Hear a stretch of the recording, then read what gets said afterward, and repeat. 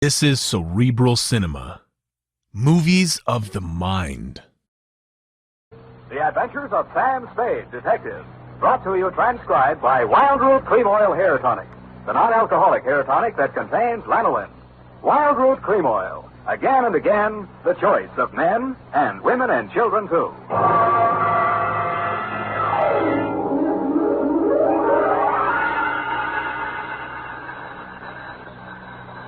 Sam Spade, Detective Agency. Me, sweetheart.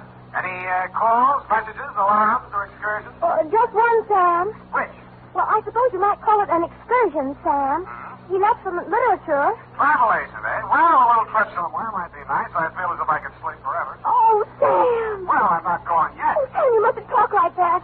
I've been sitting here reading this booklet, and it says it's later than we think. It can't be. My watch says 3 minutes to 9. Now, there, you see, it is later than we think. I was slow, too, till I said it by the radio. Well, pick it up and set it in your favorite chair. I'll be right down to dictate my report on the Overjord caper, or Fepi's folly, or who put the corpse in the Murphy bed. What?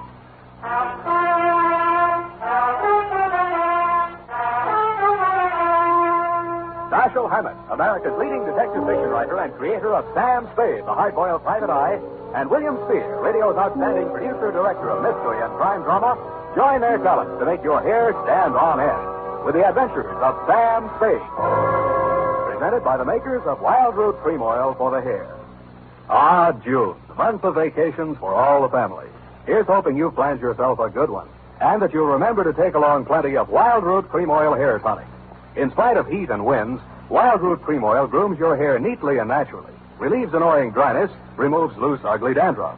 Ask for it in a big, economical family-sized bottle and handy tube that's easy to pack in your suitcase. Be sure to ask for it by name. Wild Root Cream Oil Hair Tonic. Again and again, the choice of men and women and children, too. And now, with Howard Duff starring as Spade, Wild Root brings to the air the greatest private detective of them all in the adventures of Sam Spade.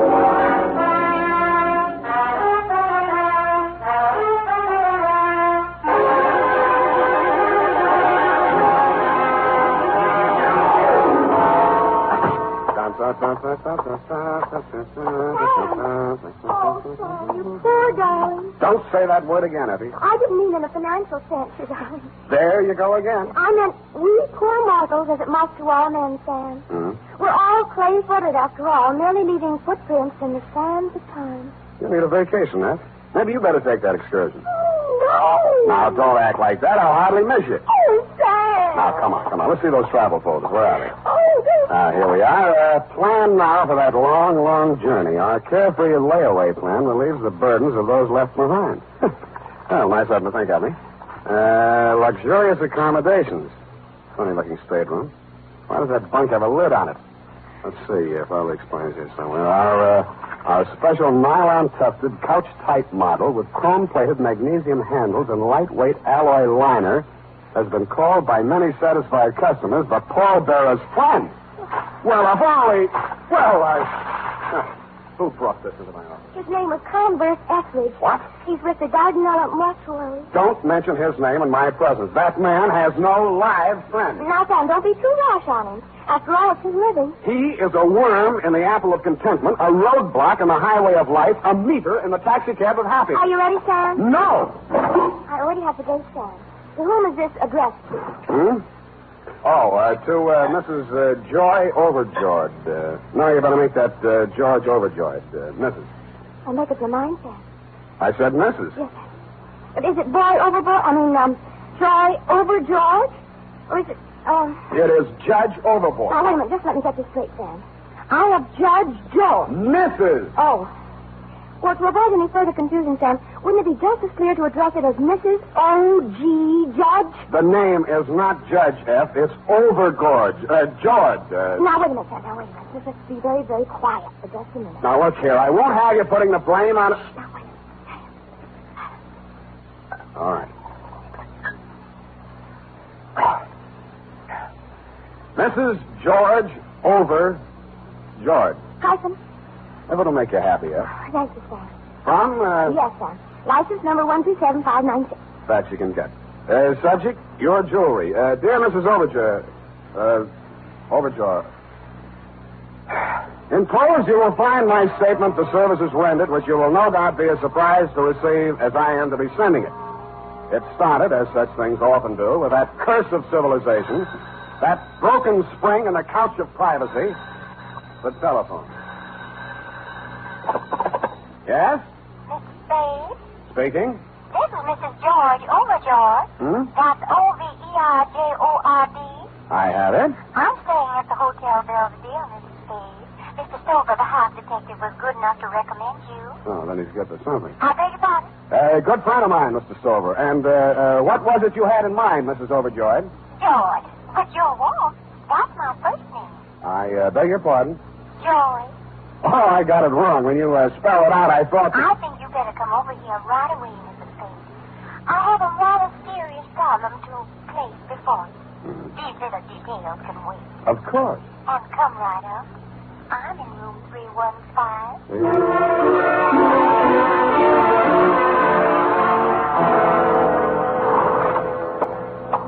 Mysterious women with strange sounding names.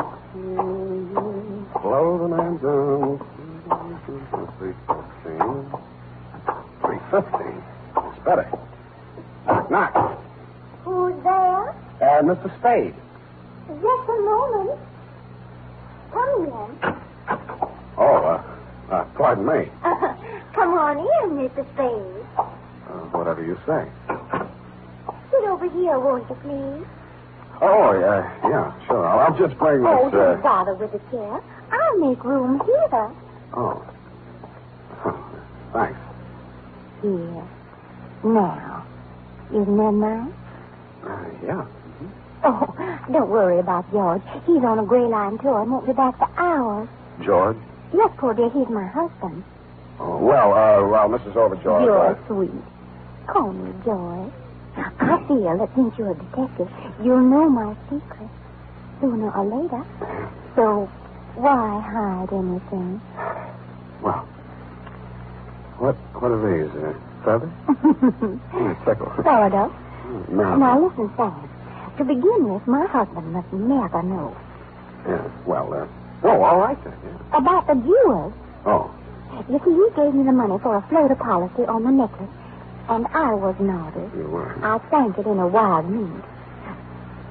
Sam, are you listening? Yeah. Mm-hmm. Sure, yeah. You sank some of these mink. Tell me, when did you want to do it for the night time? No, Sam. I sank the floater. So now it isn't insured and it's gone. Ran away, huh? Not the mink, Sam, the necklace.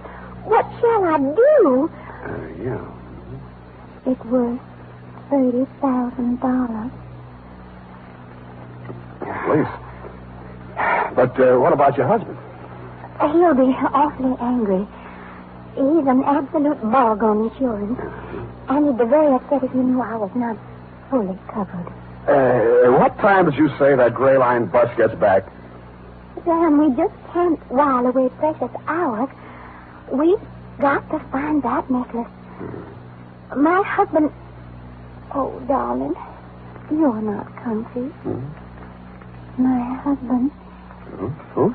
What? But, darling, George Overjord is the richest man in the state of Wisconsin. He'd be very hard to replace. You're absolutely right. Husbands should be kept in that place. Sam, if you don't take more interest in this problem, I'll just have to get another detective. Huh? Oh, no. Hey, don't do that. Now, what? What are you looking for? The telephone. I want to check those gray line bus schedules.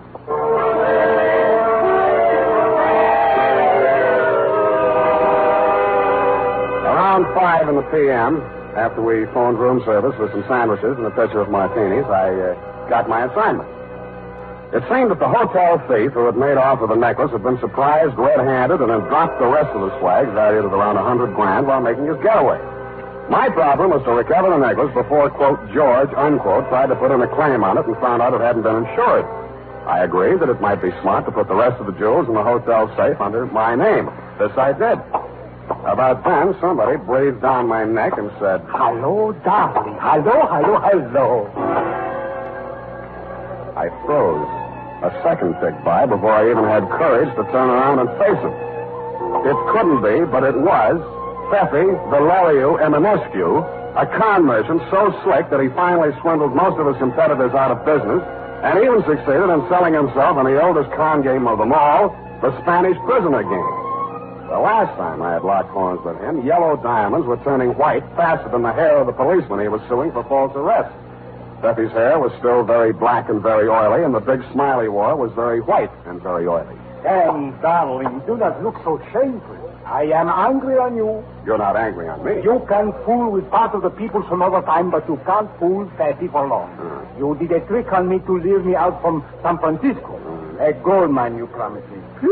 A gold brick mine. But you see, I am humorous. No, sir. I don't hate you. In fact, I am contrary. You are. And just to prove that I have no harbor of hard fooling with you, listen. What do you think of this one? Never mind. We buy a printing press. And what are we pressing? Your luck. No. Tickets, vouchers, and the Romanian National Lottery. Vouchers? Vouchers. With the Iron Curtain, darling, who could see through it? Fepi, darling, where are you staying temporarily? I am a guest on this hotel. I'm sure of that. May I inquire which room the management is losing money on this time? I think I changed. The neighbors have got noise. 317? Also the plumbing. 313? Stop beating around these bushes. What have you caught me doing? Come on, let's have a look at your room.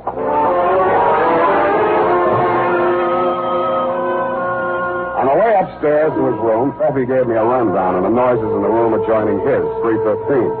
On one occasion, according to his story, he'd heard a woman scream, but the rest of it was all in Norwegian. According to him, Overjord was a Norwegian name. But all the same, it sounded fishy, and I don't mean lutefisk. When I gave him a rundown on the missing Overjord necklace, he threw up his hands in anguish and said, Oh, Sam, darling, I think we'd better have a couple of drinks and talk over this. Sit down, Fepi. Aren't we thirsty? No. Look, Fepi, out of those Jimmy marks, get on that connecting door. Jimmy, now I see it. Not only do those Norwegians have noses, they have bad habits. And this a crime from you. Fepi, why would the Overjords break into their own room from this side of the connecting door? Don't interrupt me. I am thinking. Where does that door lead? To the bed. A bedroom? Don't speak on it. Don't go near it. What's in there? A monarchy. Let's have a look. Sam, darling, I don't want you to get hurt. Fepi, are you threatening me? What? I am warning you. That makes it easier. Sam, darling, don't. Remember Pando? Oh, be quiet.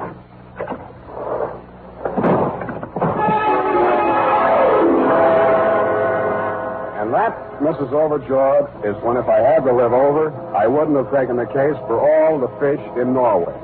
The Murphy bed that flew out at me as I opened the door was occupied.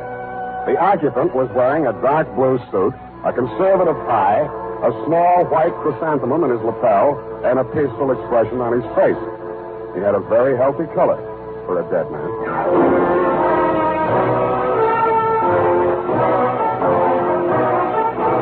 The makers of Wild Root Cream Oil are presenting the weekly Sunday adventure of Dashiell Hammett's famous private detective, Sam Spade. Tonight, for the first time, Wild Root announces a big double bargain combination package to introduce amazing new Wild Root Liquid Cream Shampoo. Here it is. You get a 60-cent bottle of exciting new Wild Root Liquid Cream Shampoo, plus a 60-cent bottle of famous Wild Root Cream Oil Hair Tonic. A $1.20 value for only 59 cents. It's a wonderful chance to get acquainted with brand new Wild Root Liquid Cream Shampoo. The shampoo that combines the best features of liquids and creams and soapless cleansing, plus soothing lanolin.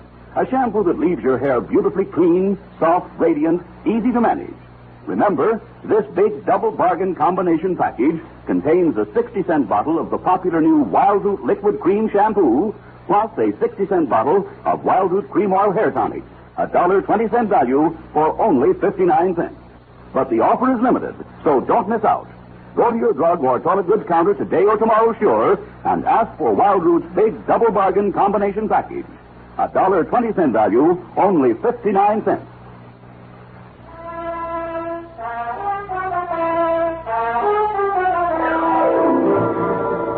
And now, back to the Overjord caper, or the corpse in the Murphy bed.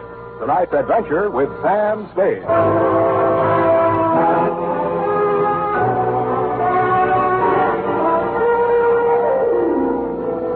As I stood there looking at that well-dressed corpse on the Murphy bed, I asked myself some leading questions. Who was he, for a start? Had my client's husband returned from his gray line bus tour and stumbled into the wrong room? And then what was really my client's problem? To recover an uninsured necklace or get rid of an insured husband? And what was the function of Fepi? Was he an accomplice, a goat, or a body snatcher? At that moment, he was in no condition to tell me because he had fainted dead away. When I had revived him... Where are I? In a bad spot, Fepi. Now stop clowning and try to make sense. Make sense? Why not? You never saw a man so sensitive. But frankly, I am discouraged. Help me up. Now look, Fepi. I am looking. You realize what means that joker who's finally resting on my morphine? I will be deported to Bucharest. You should be so lucky. Lucky? A Romanian in Romania? At the mercies of thieves, gypsies, and Hungarians? Okay, Fepi, you don't want to go home. I do. The ticket for both of us is my client's missing necklace. Did you swipe it? Necklace? Who necklace? Darling, talk about him and I listen. Don't worry about that strip. He'll keep. What about Ali? He is comfortable. But where will I sleep? In another city, if you're smart. Now, don't bother to check out. Just drop your bags out the window, hang the Do Not Disturb sign on the door, and dissolve. That should give you about a 24 hours head start. But that would be dishonest. I know, but it's a sacrifice you have to make. Okay. Here. Take the necklace. That's better. And you better take my advice, Fepi. Start packing. Like I told you, that corpse is in good shape, but you're not.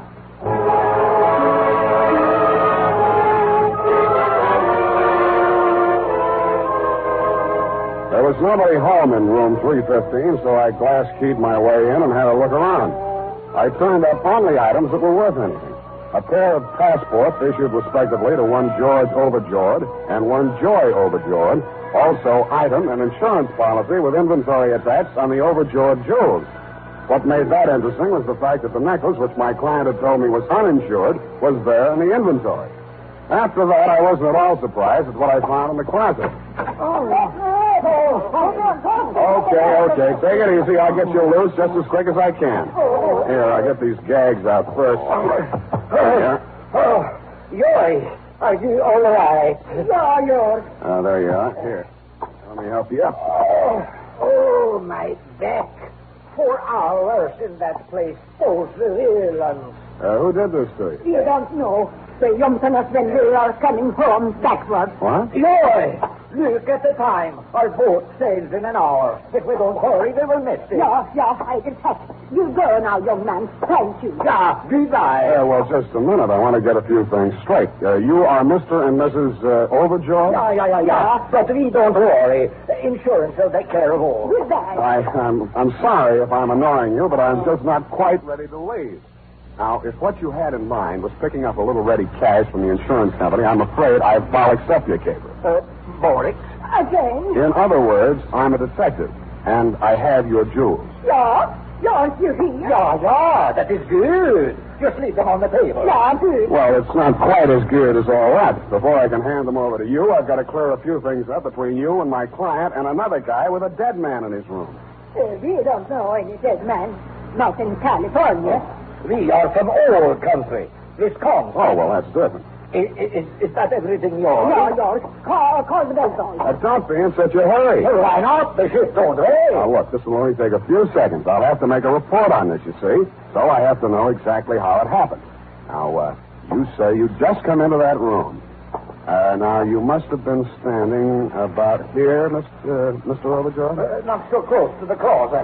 Well, that's near enough. Now, you just stay where you are. Will you, step over this way, Mrs. Overjord? Oh, yeah. Hurry, please. Mm-hmm. Just a little to the left. There.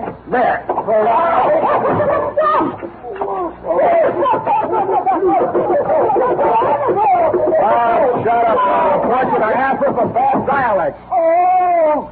I thought that would do it. Good. And now to meet the pro. Just a moment. Oh, it's you, Sam. Mm-hmm. I thought I heard voices next door. I was afraid to go barging in. Where have you been, darling? A most wonderful thing has happened. Mm-hmm. My husband left me. He never came back from that gray line tour. That might be because he never went. Oh, sit down, darling. there's something I must tell you. Yeah, but you sit there and I'll sit here. Darling, you changed. It makes it so difficult, this gulf between us. Joy, if I may call you Joy, we must face it. We live in different worlds. It can never be. Cigarette? I understand.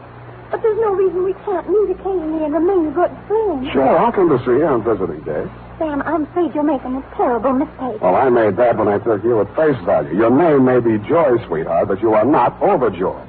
Who are you? Darling, doesn't matter. But I rather like Joy. I think I'll keep it. Yeah, okay, suit yourself. How does Fepi fit into the skater? Oh, Sam, darling, it's terrible the way that man deceived me.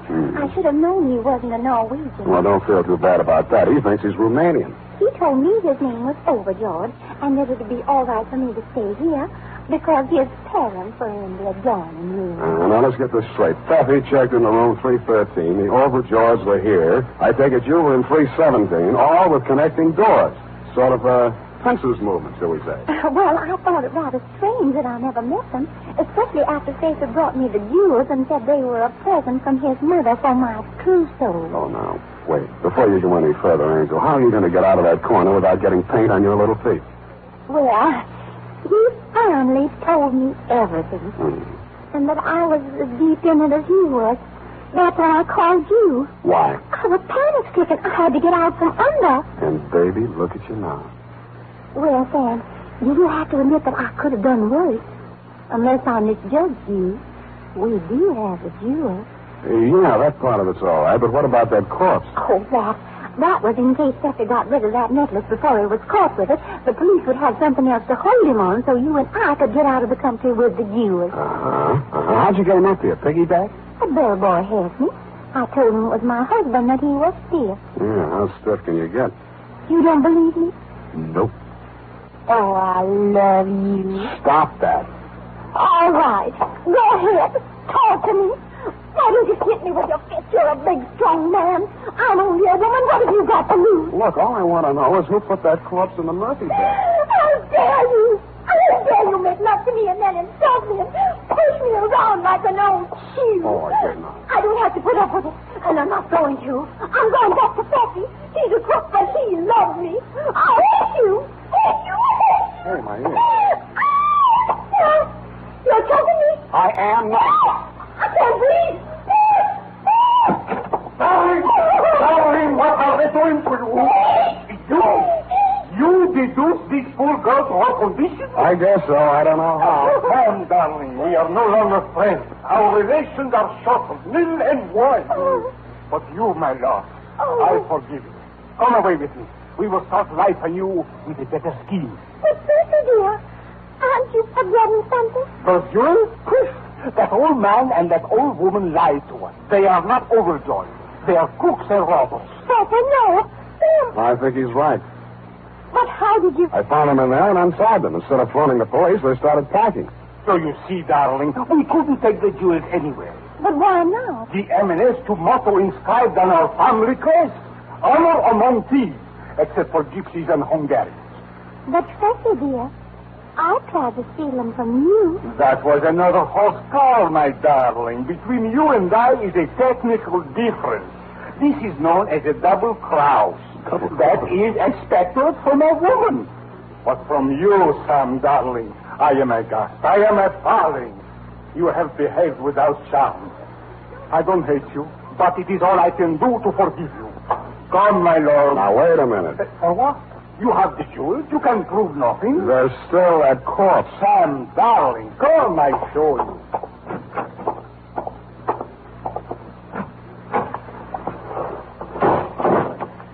You see?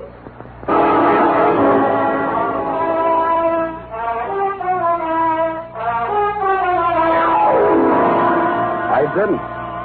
All I saw was a well-made Murphy bed. The well-dressed corpse was gone. When I turned around, so were Fepi and Joy. Period. End of report. Next week, Swedish dialect. But, Sam... Yes, Eddie? Oh, I hardly know where to start. Oh, P.S. I have turned you jewels over to the robbery detail of the San Francisco police, together with Sven and Martha Lagerson, who was still in the closet when the police arrived. But, Sam, don't you... Oh, yes, add this. The Lagersons told the cops here that they had worked as household servants in your home in Wisconsin and had hit on their bright idea of making off with your jewels while you were away on a month-long canoe trip through the Chain Lakes, which gave them ample time to make their getaway. They switched passport pictures and used your name to justify their possession of the jewels in case they were questioned. That, plus the insurance policy, complete with inventory, was good enough to fool even the nefarious Fepi. But, Sam... One question, Effie, no more. But if it's about that corpse, save your day. Oh. Go type that up, Angel. I'm still working on it.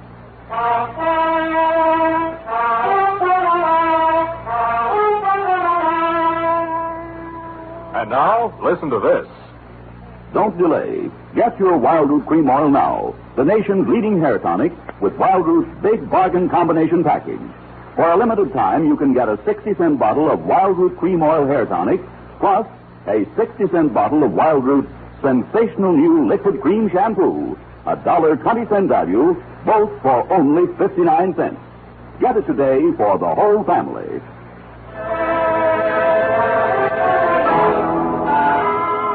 Well, here it is, Sam. Did you get any place? Well, there's a couple of fingers left in there. Will you join me? Oh, thank you. No, I meant a different kind of stiff. Oh, the one of the Murphy bed. Well, I'm expecting a break on that any day now. Well, you have a wall-type bed in your apartment, Sam. And similar proximity will inspire you to greater mental thought. Please, I won't sleep a wink. That's just what Mr. Etheridge said. But I told him you were busy on this big jewel robbery. What was his problem? The man from the mortuary, you know. That vulture. He is a razor blade in a parachute pack of optimism. He is a sandbar in the river Styx. Well, as I said, Sam, it's his living. But I promised to give you the message. It seems he wants to find this woman. Now, she did a very strange thing. Yeah. I mean, she came into the Dardanella mortuary and said her name was Overjord. And her husband was there and that his parents had arrived from Ireland right when he dropped dead. And the Irish relatives were mad because she sent him out for embalming before they got out of wake. And she wanted to know if Mr. Etheridge could sneak him into the hotel before they found out. Why didn't you tell me this before? Well, Sam, I didn't want to clutter up your mind when you were busy on a big jewel caper. And besides, he learned that she was a practical joker and got his body... Sam. Yes, Ed. Sam, could it... the one in the Murphy bed, I mean. Is it the short arm of coincidence, Sam? Yeah, probably is. You know, everything that happens in hotels doesn't get in the papers. Hardly a day goes by that some joker doesn't plant an embalmed body in a Murphy bed. If it isn't that, it's frogs or salamanders, or sometimes it used to be crackers when so many of them were on the American plan, you know. Crackers? Oh, really? Good night, Sam. Good night, sweetheart.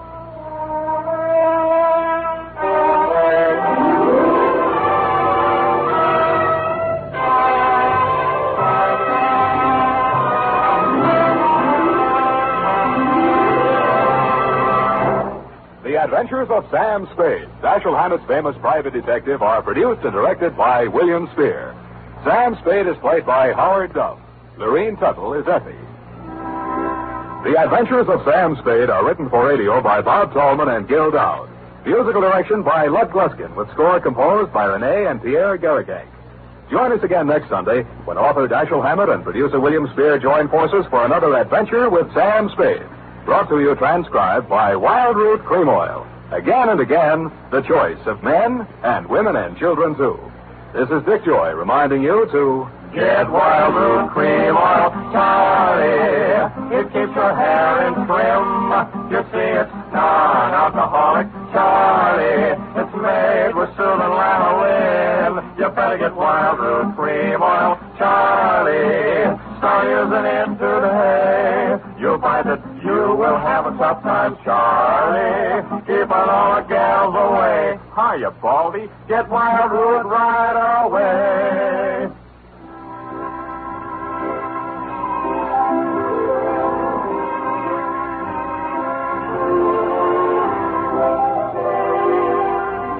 This is CBS, the Columbia Broadcasting System. WTRY, WTRI-FM, Troy, New York. Cerebral Cinema hopes you have enjoyed this movie of the mind.